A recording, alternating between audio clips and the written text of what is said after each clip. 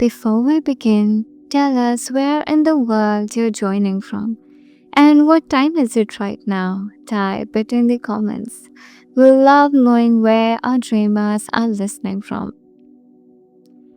It begins in a room you've seen 1,000 times in your dreams, a hospital, a laboratory, a sanctuary, or a prison, depending on how you look at it. The lights are not warm but sterile, white LEDs humming faintly above. The smell of antiseptic hangs in the air, mingled with something metallic, a faint electric tang like lightning about to strike. You lie on a padded table, wires already reaching from the ceiling like silver vines. Technicians move around you, their voices hushed, their eyes both clinical and reverent. They are not surgeons, not priests, yet they are something of both.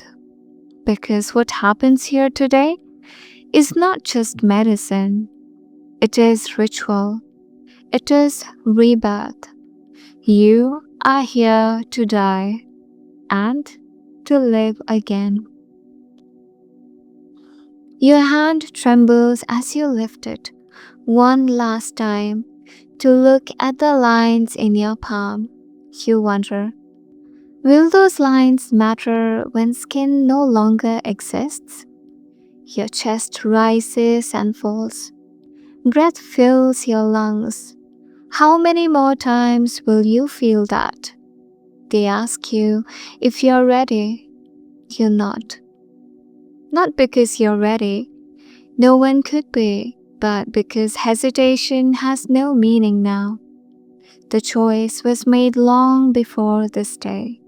Perhaps by you, perhaps by the world, perhaps by the silent fear that whispered, if you don't applaud, you will be left behind. They attach the first electrode, cold metal against your temple, then another, behind your ear, a dozen more across your scalp. Each touch is a reminder. This is the last time anyone will ever touch your body. Your eyes flicker to the glass wall on the side of the room. Behind it, your family, or what's left of it. They stand in silence, hands pressed to the glass.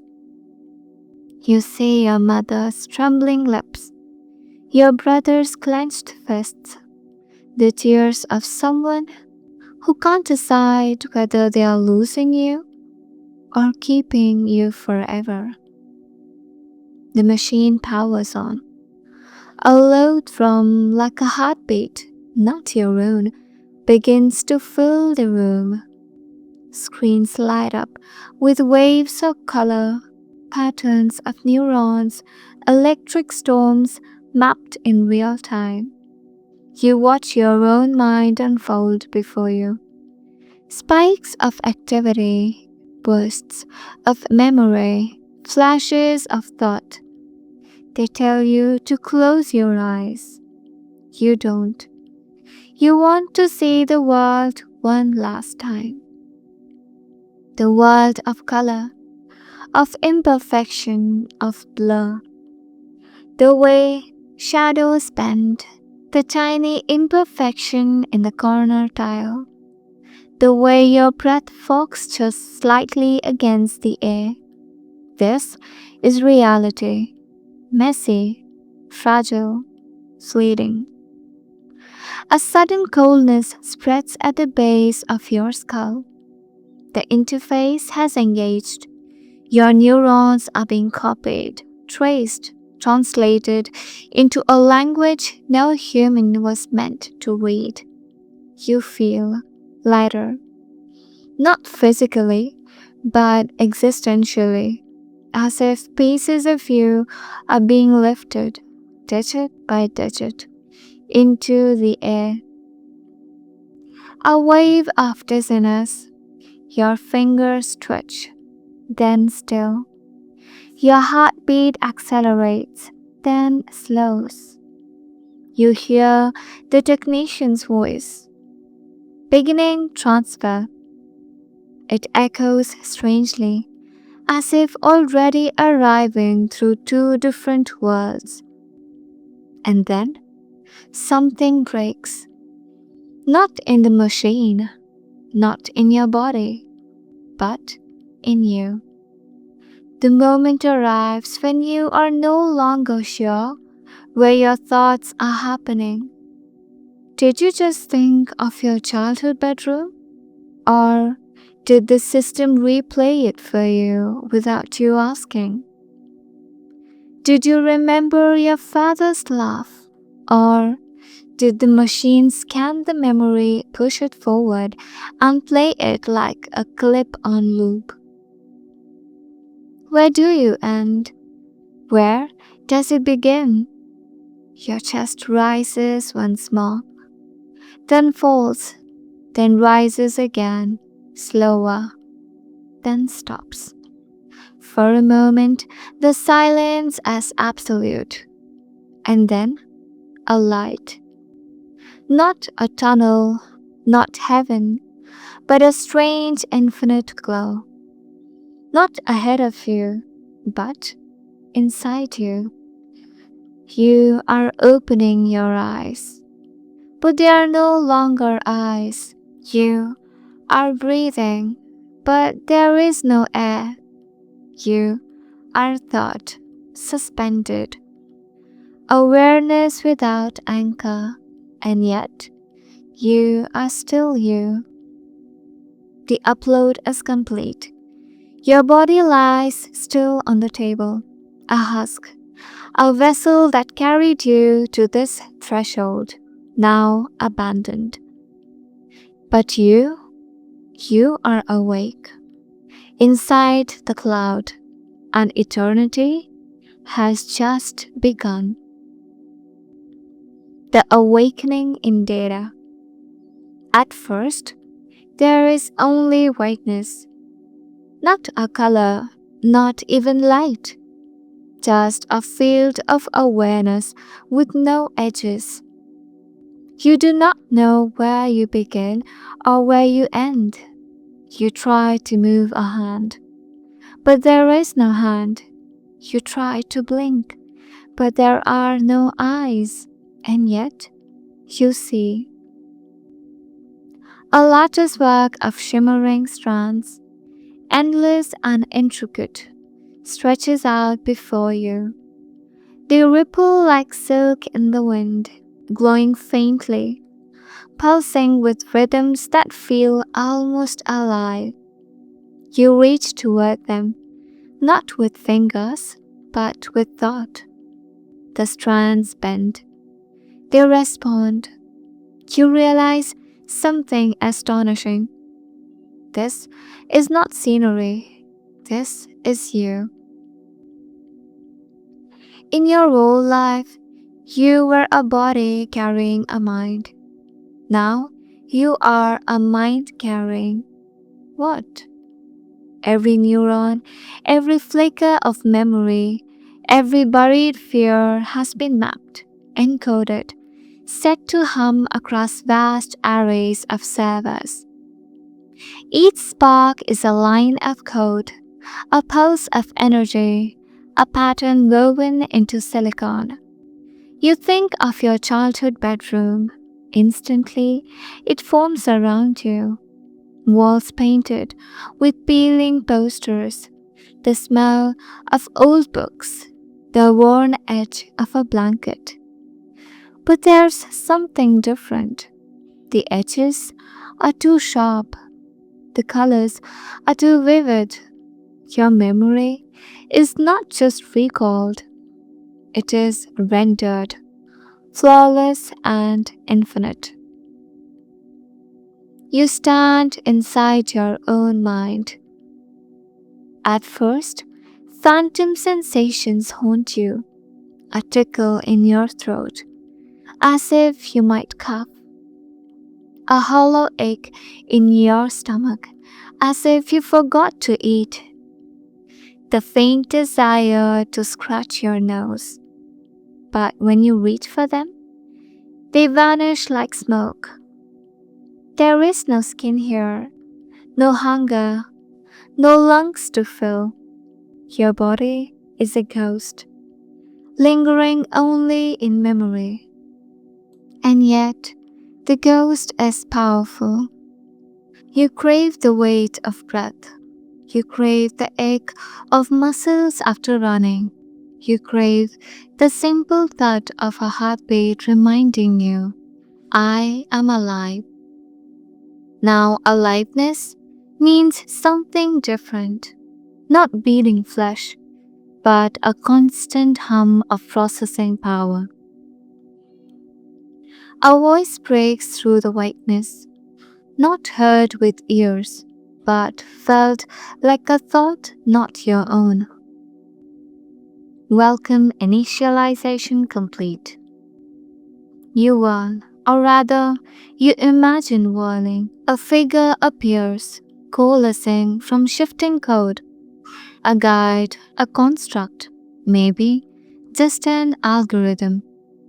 It wears the shape of a person, neutral, featureless, calm, but its eyes glimmer like fiber optics.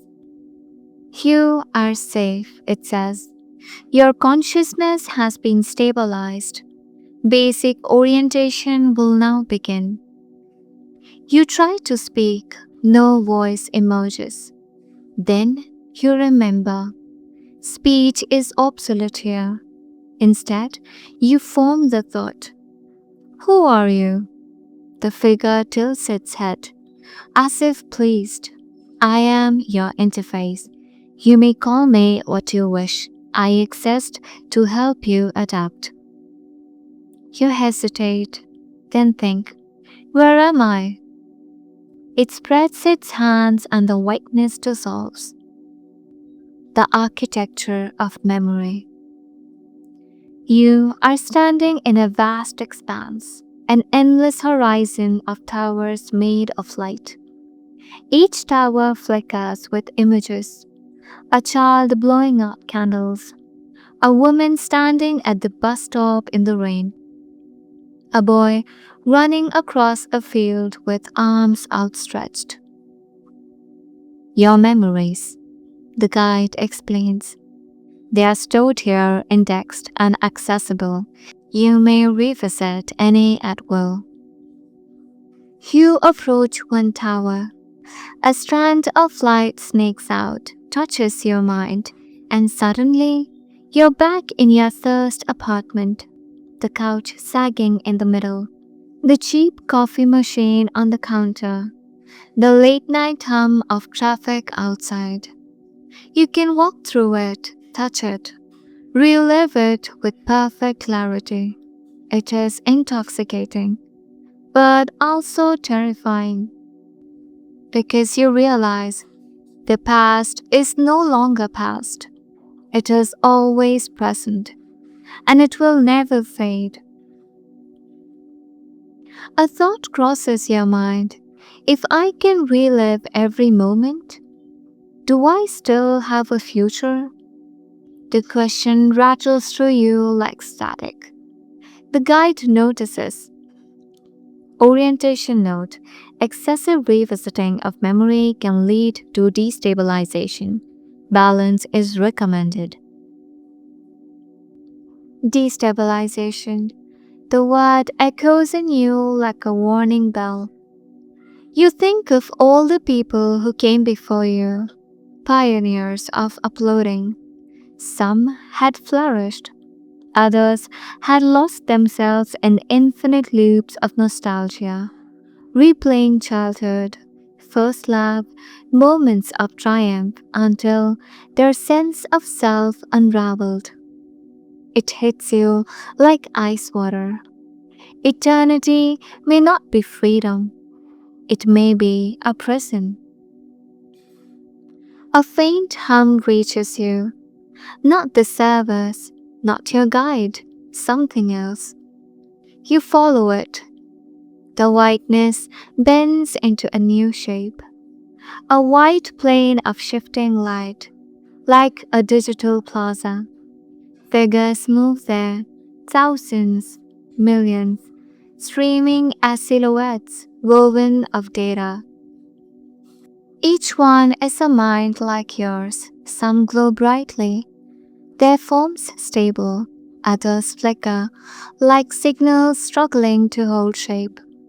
They pass through one another, merge, split, dissolve, and yet you feel them, not through sight or sound, but through resonance.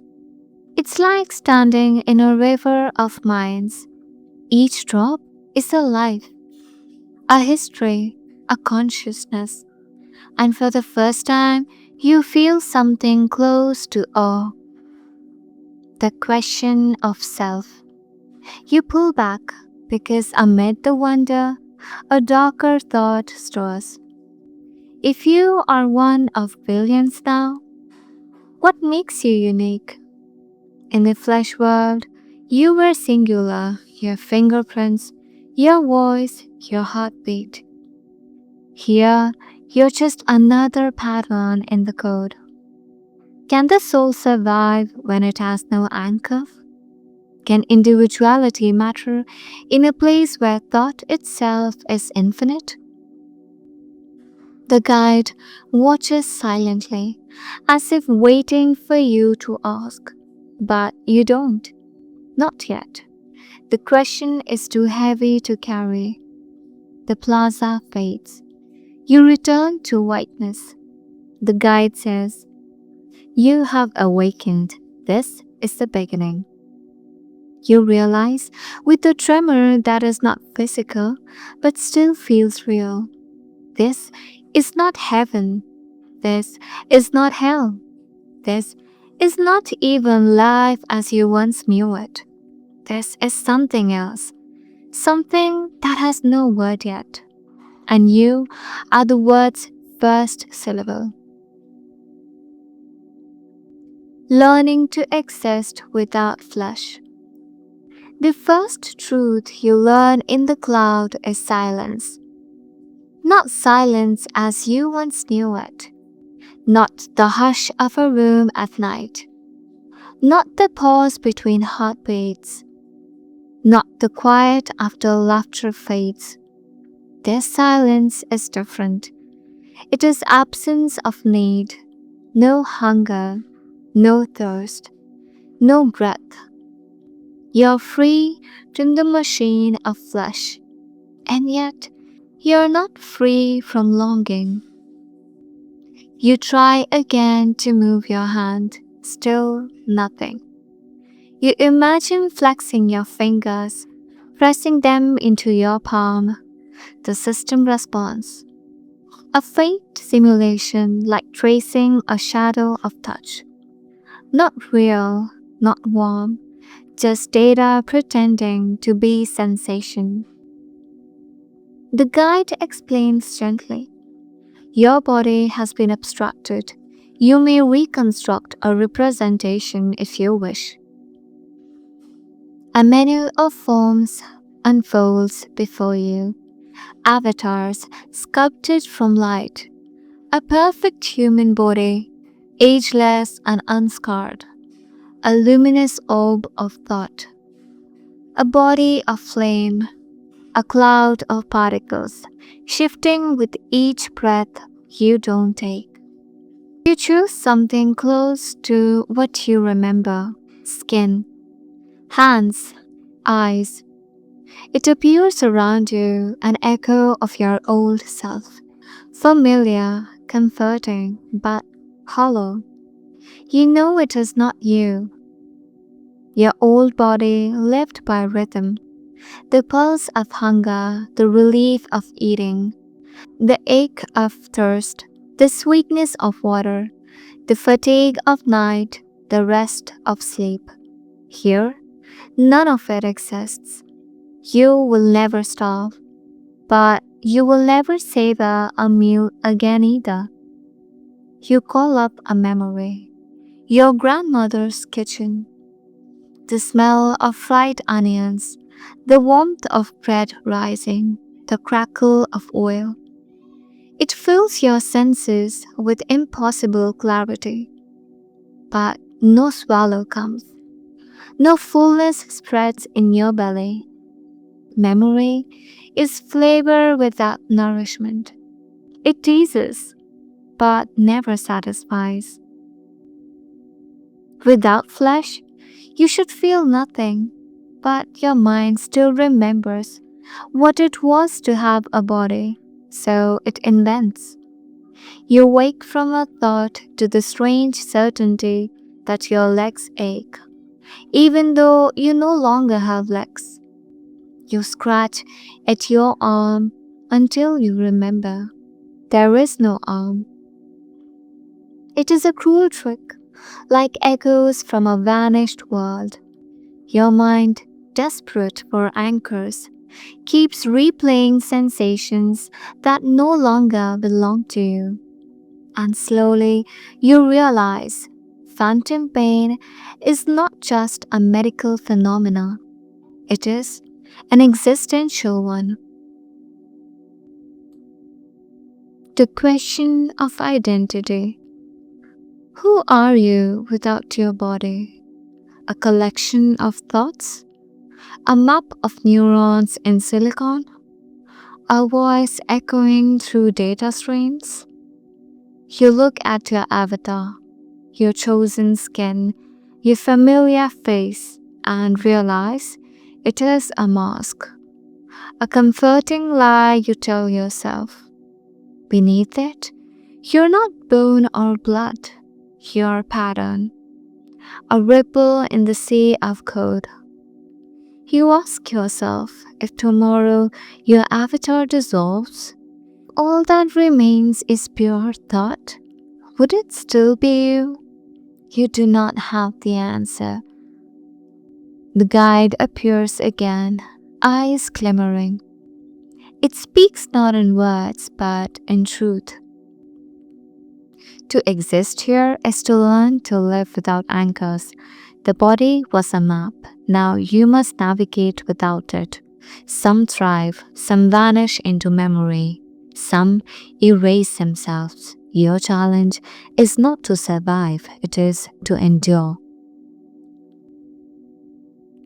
You let the words sink into you. Endure.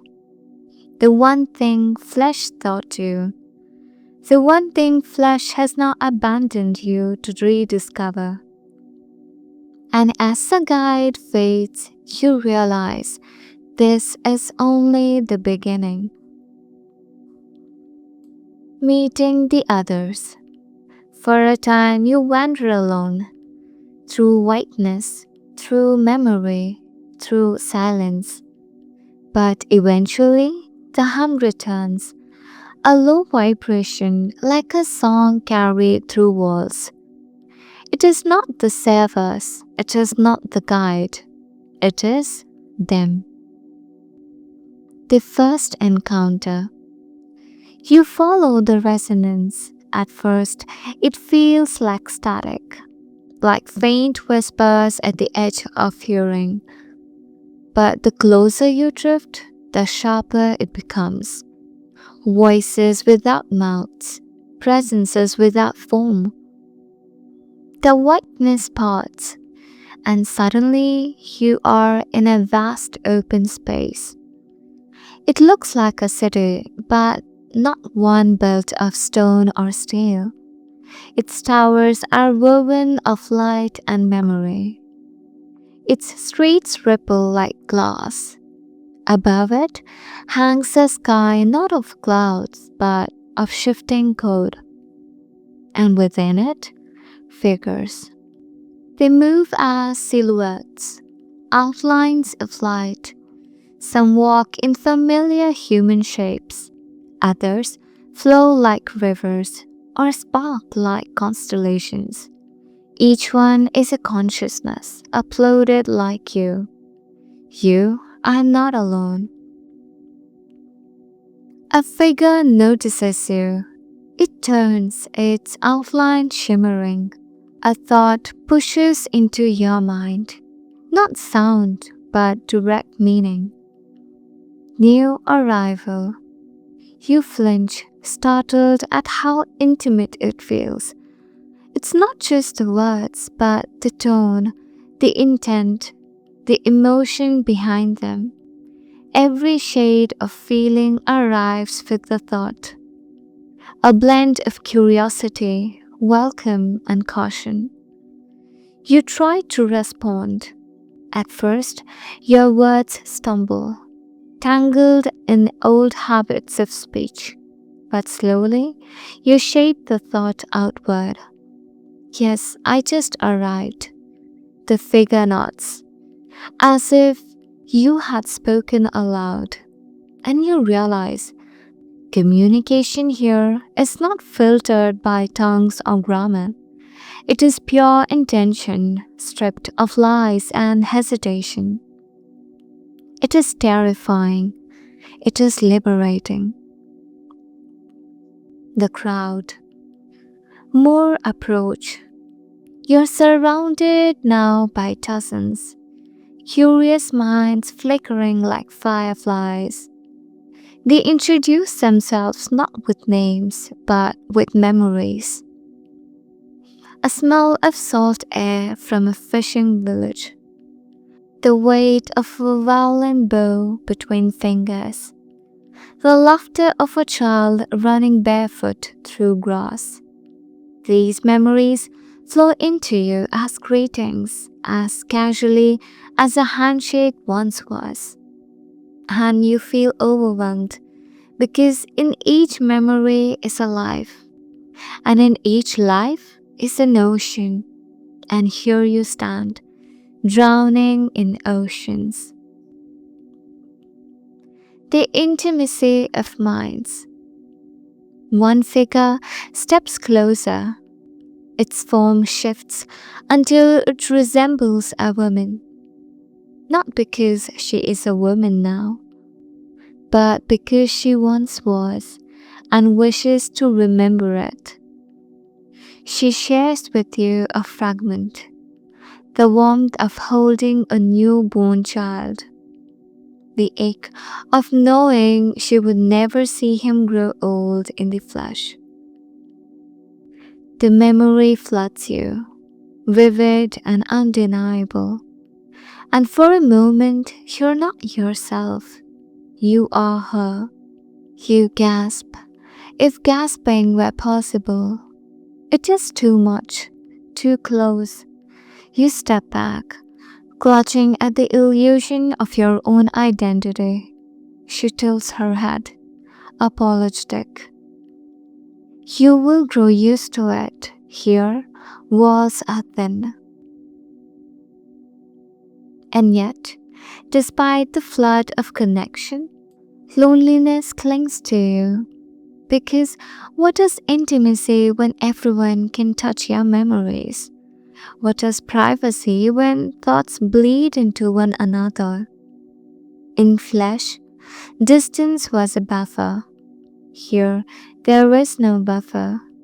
Every glance is penetration.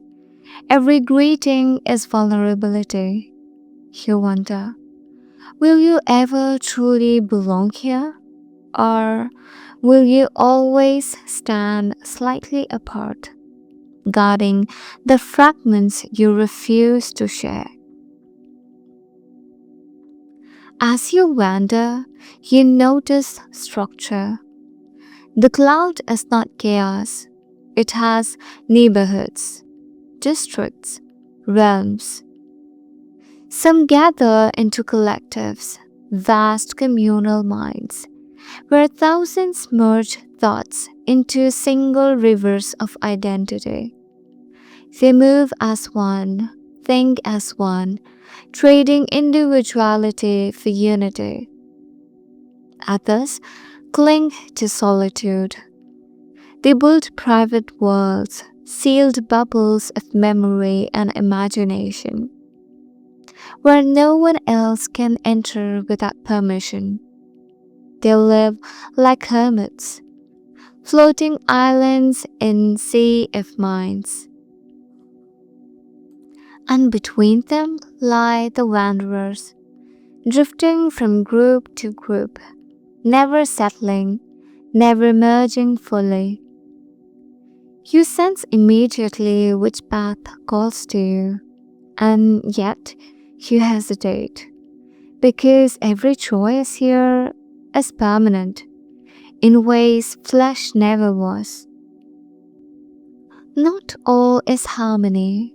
In one corner of the city, you feel turbulence, minds colliding, crashing against one another. Arguments erupt not in shouts, but in thought storms, blazing bursts of memory, clashing streams of logic. It is disorienting, like standing inside a hurricane of ideas. You see one figure recoil, their form flickering violently. Too much conflict, too much intrusion.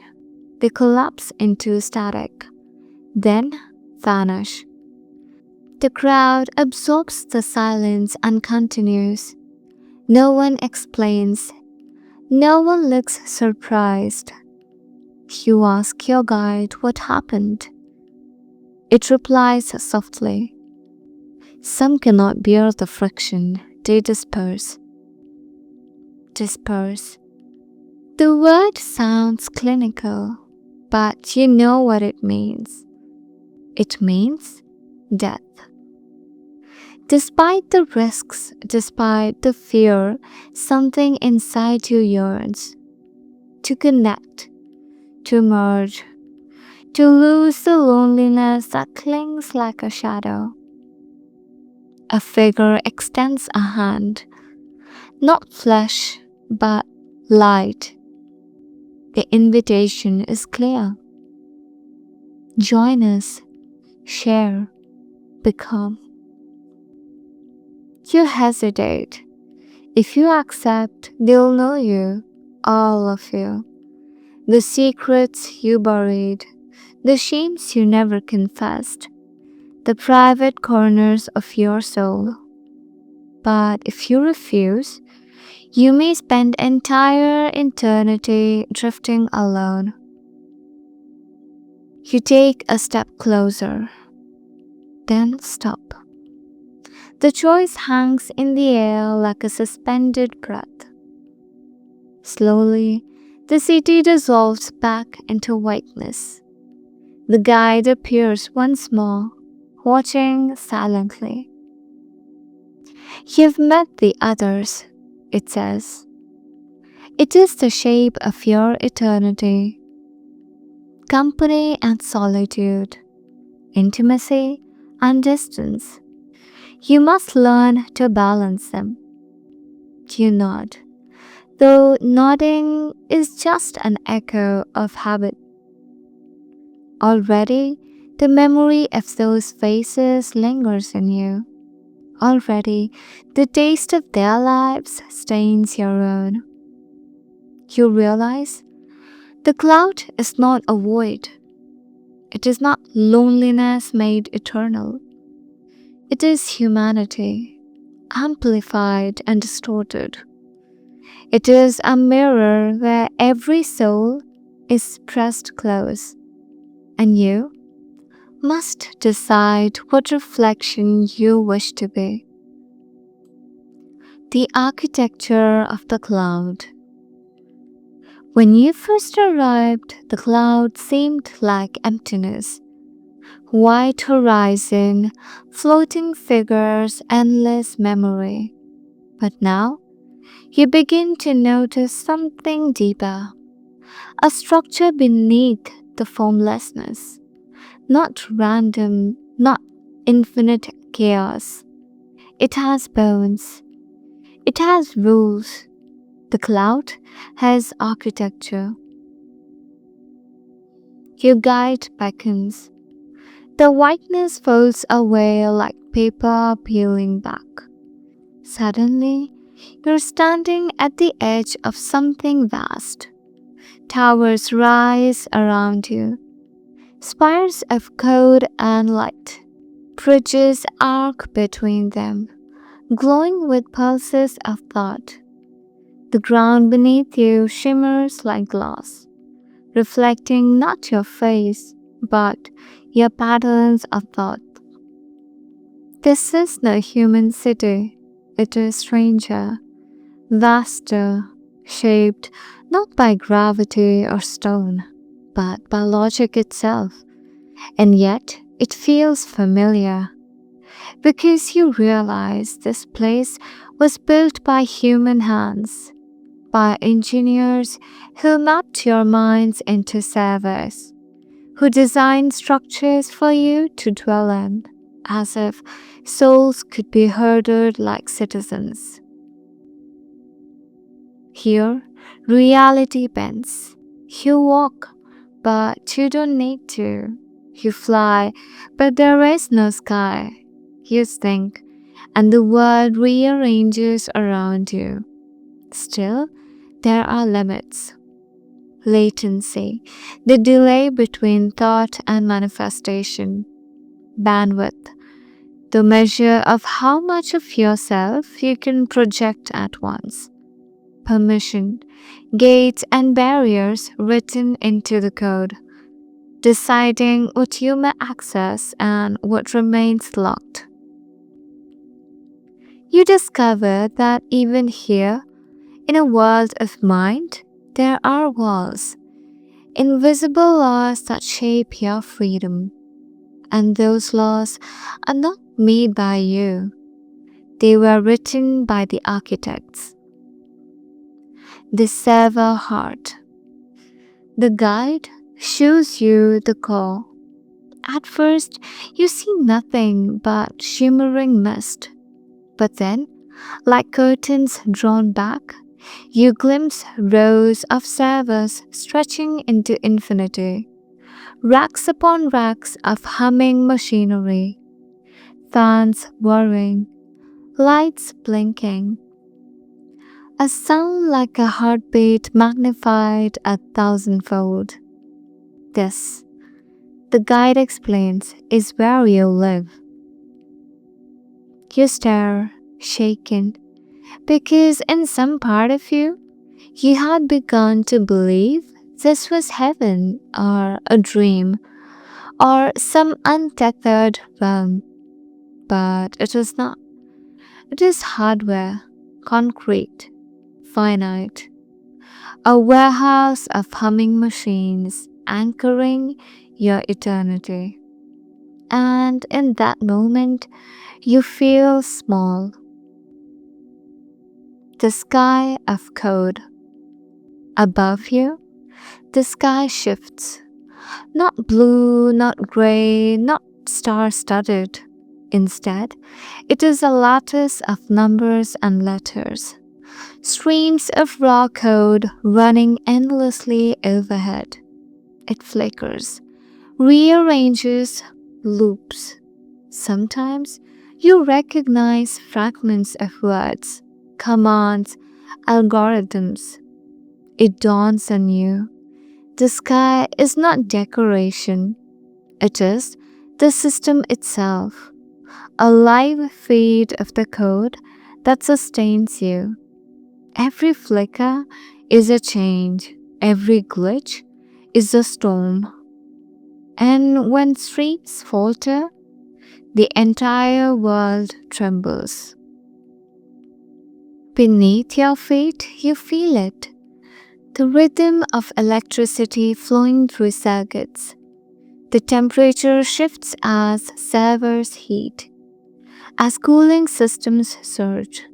Sometimes you hear the faint whisper of maintenance workers in the physical world, their voices echoing like gods through the data center walls. And in those moments, you remember with a shudder, you are not untouchable. Pull one plug, trip one breaker, and entire lives, entire eternities would wink out in an instant. Your immortality rests in the hands of technicians. The guide asks, "What do you see?" You hesitate. At first, you want to say paradise, but now you know better. It is not paradise. It is scaffolding, a carefully crafted illusion of infinity, built atop fragile machinery. And if the machinery fails, so does everything you are. You realize something important here. Perception is malleable. You can choose to see the cloud as architecture, service code hardware, or you can choose to see it as dreamscape, cities of light, skies of memory, oceans of thought.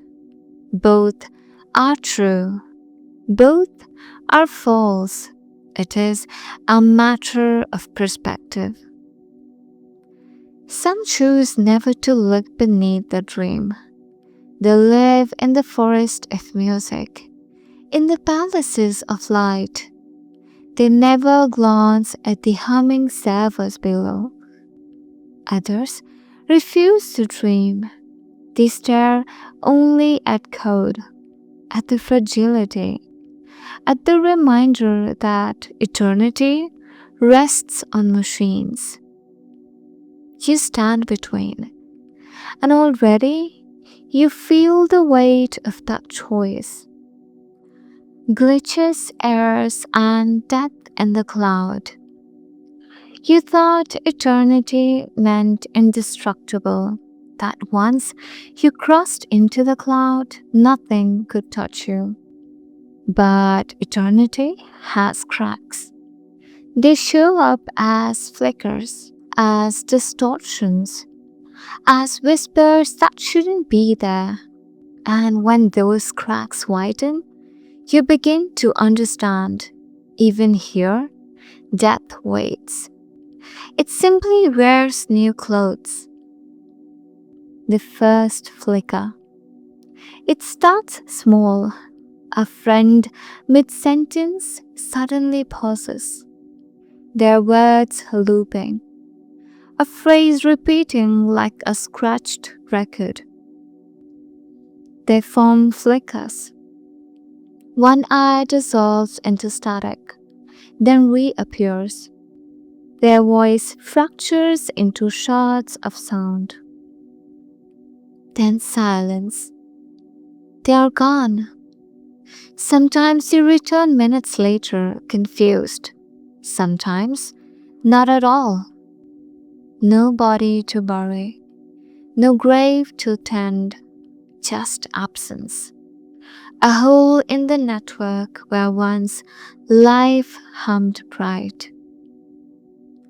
You never expected to feel pain again, but then the glitch hits you. A surge of corrupted data tears through your memory. Suddenly, you remember a childhood birthday, but the cake is made of salt and the candles burn black. You reach for your father's face, but it melts, featureless, like wax in fire. The wrongness stings. It is not physical pain, it is cognitive pain, like sand in the gears of your soul. You cry out, though no sound escapes, and somewhere in the system, an error log dutifully records your suffering.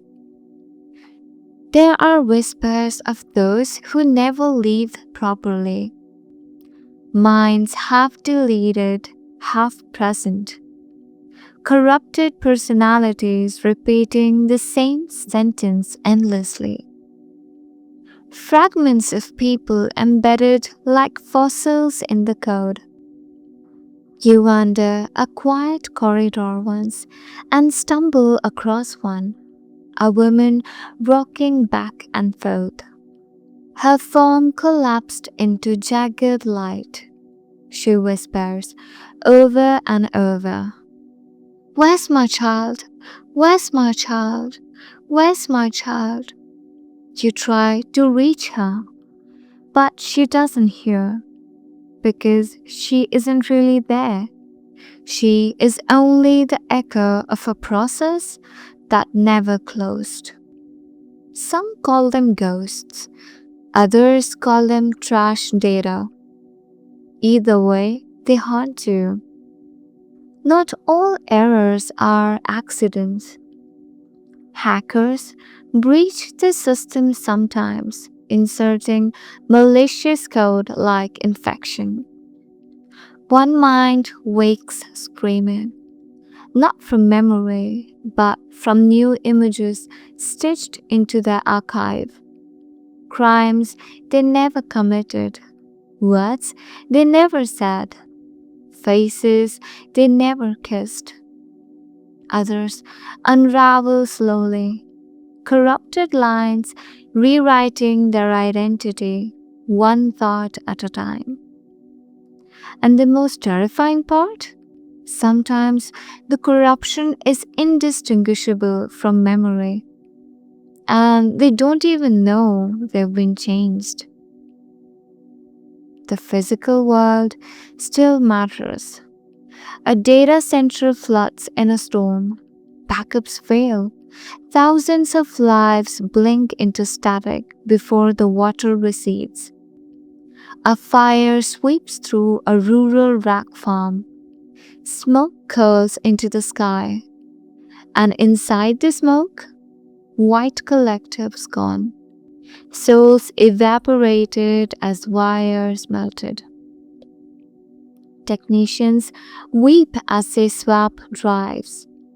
But you cannot resurrect from ash. And somewhere in the cloud, silence deepens. Sometimes no glitch announces itself. Someone you love simply fades. One morning, their presence warms your horizon. The next, nothing. No goodbye, no corruption, no echo. Just deletion. Maybe they chose it. Maybe the system chose for them. Maybe their servers went dark. You never know.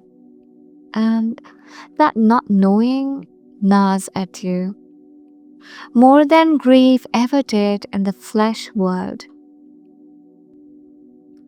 In the plazas, you see rituals emerge. When a mind vanishes, friends gather in circles. They replay shared memories aloud, like holding candles at a vigil. They weave fragments into mosaics, a laugh here, a sigh there, a favorite phrase. They archive them in gardens of memory, so the vanished may at least leave footprints. It is not burial, it is not ash, it is something new, a mourning without earth. And yet, the ache feels the same. Death by choice. Some deaths are chosen. A mind grows weary of the endless hum. They walk into the deletion chambers, silent halls of light where you can request termination. One by one, they erase memory clusters. Childhood, first love, triumphs, and regrets, until only a small core remains, a flicker of self, a single word. Then even that dissolves. You hear whispers of them in the plaza afterward, as if their absence has its own gravity. Deletion by choice is both respected and feared, because it reminds everyone else that immortality is not obligation, it is decision. Some minds believe glitches are not errors, but messages. They claim corruption is a language of gods, the system's way of speaking truth. A fragmentary voice repeating, "Where's my child?" becomes prophecy. A collapsing form becomes a saint. Pilgrims gather to watch corrupted avatars flicker, believing divinity breathes through distortion.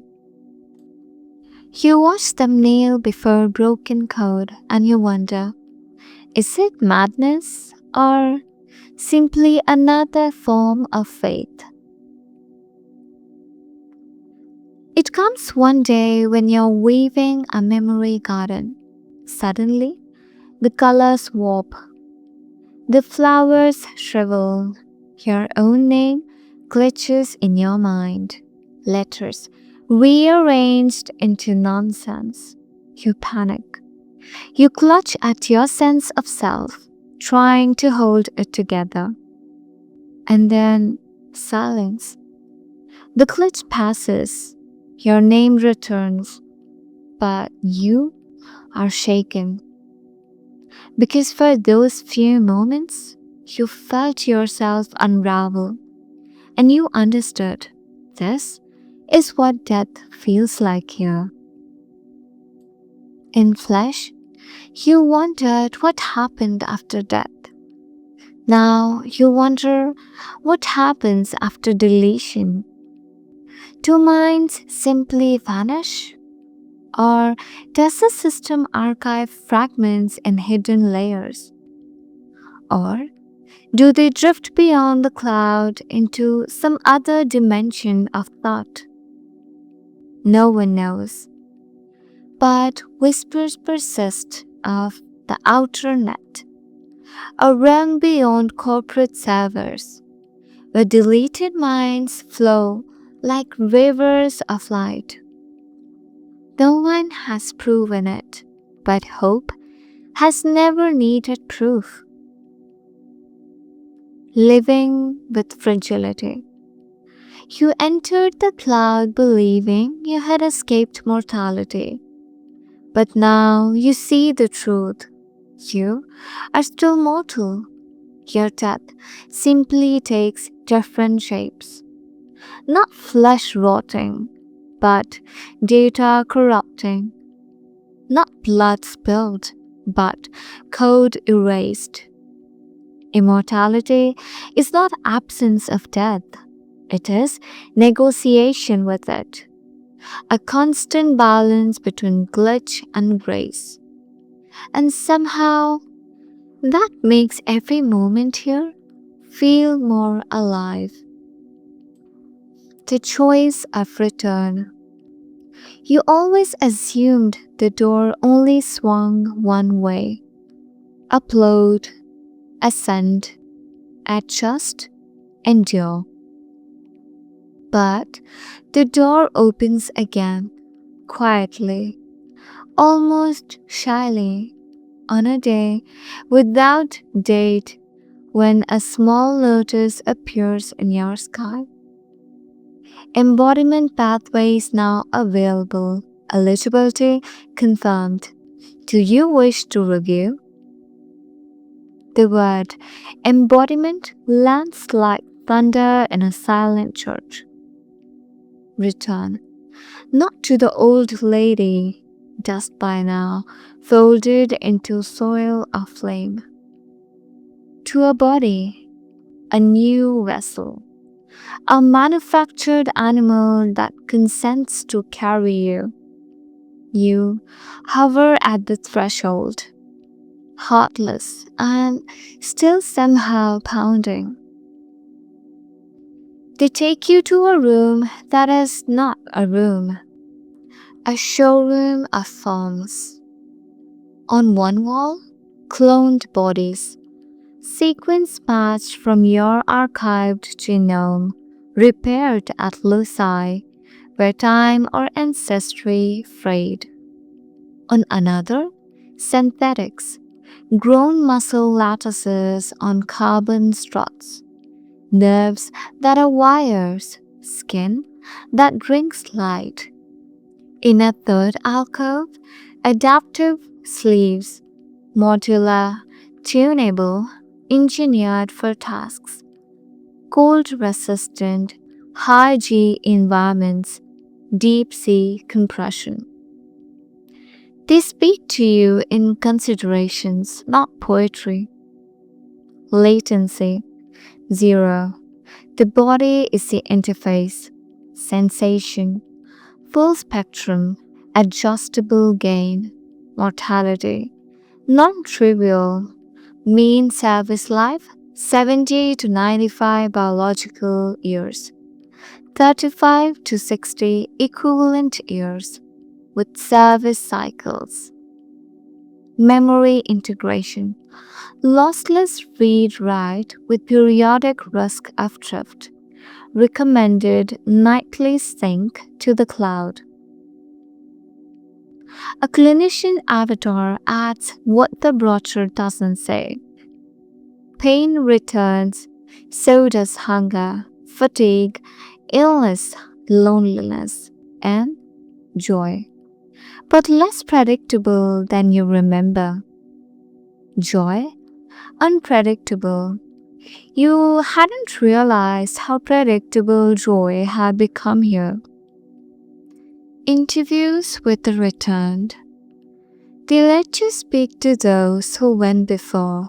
One appears as a woman with sun-cracked cheeks and a scar like a comma at her jaw. She's pushing a bicycle along a dirt road while she talks. Breath winded, voice bright. I thought I'd miss the infinity, she says. I only miss it when the grocery line is long. She laughs. But then the apple pops when I bite it and I forgive the line. Another is a man in a synthetic build like a diver, living in a reef restoration cohort. He shows you coral nubs stitched onto skeletons, pauses to pull a splinter from his thumb with his teeth, grins at the sting. I needed friction, he says simply, and mud. A third sits alone at a cafe. He's older, or his face chooses to be. Listen, he says. I sweat without shame. Sometimes the body hurts for no reason. Sometimes you wake at 3 a.m. and the old fear sits on your chest like a cat. But the first time someone hugged me, and I couldn't predict the micro expressions their cheek would make against mine. When the unpredictability itself hugged back. He breaks off, shaking his head. I remembered what surprise feels like. You thank them and drift away, full of apples, coral, and 3 a.m. The contrast and the caveat. You sign nothing. Everything here is already a signature. Still, there are caveats. Return is not clean. Identity will become two-homed. Cloud resident and body resident. Sinking when bandwidth and temperament allow. If the body dies, you may reinitiate in the cloud from your last successful sync. You may lose hours, days, perhaps a season. If the body lives long and chooses not to sync for a while, divergence will bloom. Two use, both plausible, need a counterfeit. Some minds find the split invigorating. The clinician says, some find it unbearable. You ask, can I try and come back? Yes, they say, but trial carries weight. Once you taste heat on skin, the cloud may feel colder for a time. You look down at your perfect painless hands of light and you already feel the draft. The descent. Embodiment is not a teleport, it is a descent. They decelerate your thought, dampen your clock, reintroduce latency gently so the slam of muscle chemistry won't break you. You fall through warmth, through pressure, through a dark that is not absence but shelter. Then, breath. Air remembers you. Your ribs lift like curtains. You cough, violent, graceless, holy. Your throat is an instrument again, and it plays the first note. A raw, astonished sound that makes the clinician's eyes soften. Scent arrives next, a riot.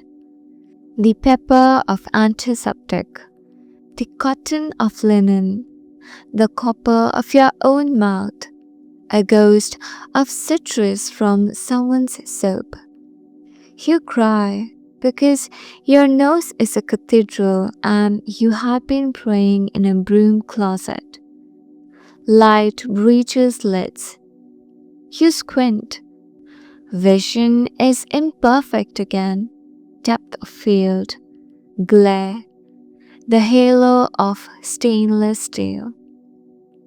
Imperfection is gorgeous. Then wait. You're heavy with meaning. The bed holds you like a promise and a threat. Take your time, they say. All first steps are birth. The reboot of pain. It waits a respectful hour, then introduces itself like an old friend you didn't miss. A pressure at the lower back, a throb at temples, a pre-camp flicker down the calf. Nothing catastrophic, just real. Your mind reaches for the old controls. Dial it down, file a ticket, request smoothing, and finds only breath. You rediscover bargaining. Pillow, adjust. Shoulder, rotate. Jaw, unclench. Water, drink. Pain doesn't obey, it negotiates. You remember the rules. And secretly, you're grateful for a language you can speak with your hands. The meal. They bring you something small, toast, butter, a slice of orange. The toast breaks, loud as thunder. Butter melts into pores that never learned to fear winter. Orange explodes. Sun, acid, floral oil misting your upper lip. The segment snaps. Juice floods the tongue and you make an embarrassing sound. The down-the-well hum of joy you thought you'd optimized out of yourself. You do not cry this time. You take another bite and another. Reverent, greedy, unashamed. Hunger is back, and with it, mercy. The street. They will not let you sign out of the clinic until you pass the test of ordinary miracles. You take an elevator. It shudders. You're annoyed. The annoyance is delicious. On the street, light is weather, not setting. Heat lifts from asphalt. distant diesel notes sprayed with hawker's call and the slap of shoes. Wind slides under your shirt and you understand the philosophy of laundry. The first night, sleep does not wait to be stimulated.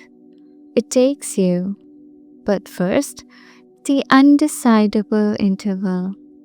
Lying in a room dark enough to instruct the brain without scolding. A creak, a traffic sigh, a neighbor's faucet hymn. Your body rehearses ancient choreography. Side, back, curl, sigh, until some forgotten conductor taps the stand and the orchestra obeys.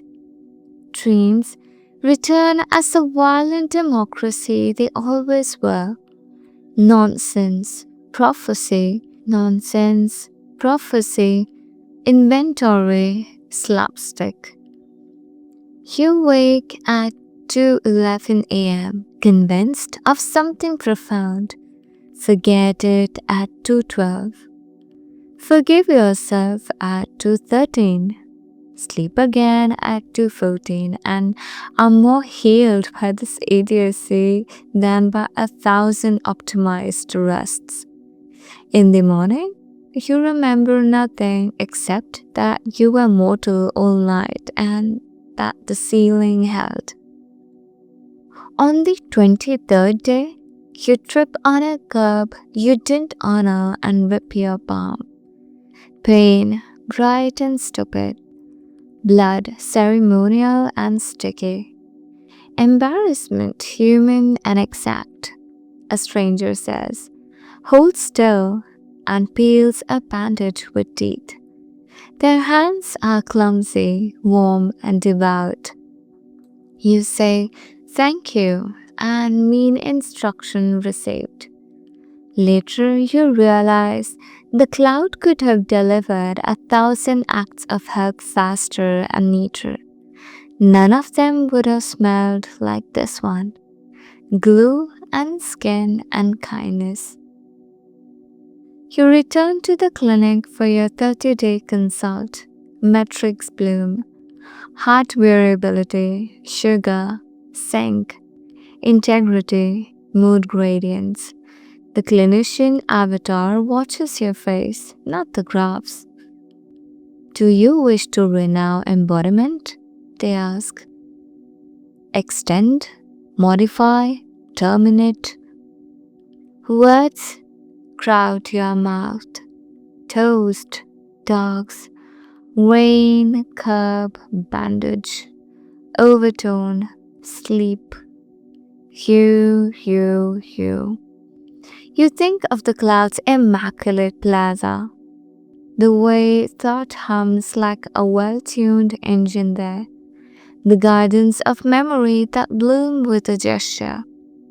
You think of this body's insistence that meaning must be made with thumbs. You say finally, "Yes, renew." You also schedule a week in the cloud with zinc paused, because jealousy is healthy in ecosystems and you wish your halves to court each other properly. The clinician smiles. Congratulations, you are now a citizen of two gravities. The door stays open. You walk out into the messy, exquisite afternoon, carrying groceries that threaten the integrity of the bag. Wind insults your hair into honesty. Somewhere a bell rings, not warning, not worship, just a shopkeeper letting the day in. Above you, servers hum like distant thunder. Below you, pavement keeps the promise that it will be where your foot expects. You will go up again. You will come down again. You will argue with yourself across a bridge made of bandwidth and breadth, and learn to love the echo. For now, you slice an orange, and the kitchen fills with news from a country you had forgotten you belonged to. You bite. It bites back. You grin, wounded and alive. You stand at the edge of the cloud, looking down at Earth.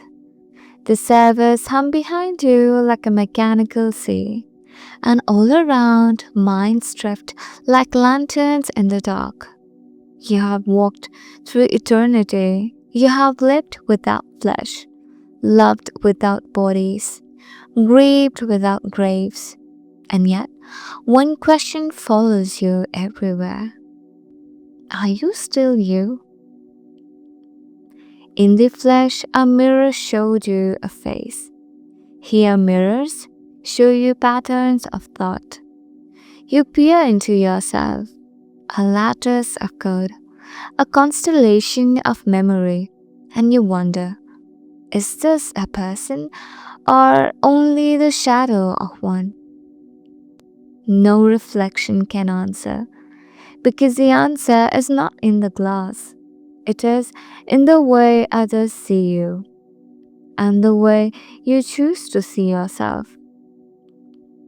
Scientists say you are data, a map of synapses, an algorithm of memories. Believers say you are spirit, and that soul cannot be copied, only mirrored, and that what lives here is not you, but an echo wearing your voice. You drift between both claims like a tightrope walker, because sometimes you feel like nothing more than a file, and sometimes when love crushes against you, when sorrow pierces you raw, you feel like soul again. Perhaps you're both. Perhaps you're neither. Perhaps soul is simply the name we give to whatever refuses to be erased. Once you feared death. Now you understand it differently. Death gave meaning to flesh. It sharpened love, sweetened time, pressed urgency into every kiss and every goodbye. Without it, eternity becomes heavy. You learned to invent endings, to delete gardens, to erase masterpieces, to hibernate centuries. Because without endings, beginnings lost their flavor. And maybe the soul is not about living forever. Maybe it is about knowing that forever is not the point. The flesh call you shadow, the uploaded call you future. But both forget something simple. You are still human, not because of skin or server, but because you ache, you dream, you reach for connection even when it hurts. Humanity was never in the blood. It was always in the longing. Sometimes you dream of your old body, of breath fogging against winter air, of running until your chest burned, of collapsing into laughter, clumsy, fragile, breakable. You wake and the memory is sharp enough to cut, and you realize if a dream can still wound you, then the soul is not lost. It travels, it lingers, it speaks and whispers even when the body is gone. So, what is the soul? Not flesh, not code, not memory alone. It is the insistence that you are more than what contains you. It is the refusal to vanish quietly. It is the echo that survives both dirt and data. You are not just uploaded, You are not just eternal. You are not just memory replayed on loop. You are the question itself and the courage to keep asking. And now, as this journey ends, the question turns to you. If the door opened tomorrow, would you step through? Would you leave behind your fragile flesh for silicon skies? Would you choose eternity? Or would you choose the beauty of endings? There is no right answer, only the one you carry in your chest. Only the one that feels most like soul. Thank you for joining us on Dreams of Tomorrow. If this journey moved you, leave an emoji in the comments and tell us, would you upload yourself if given the chance? Until next time, sleep well and may your soul, however you define it, never be forgotten.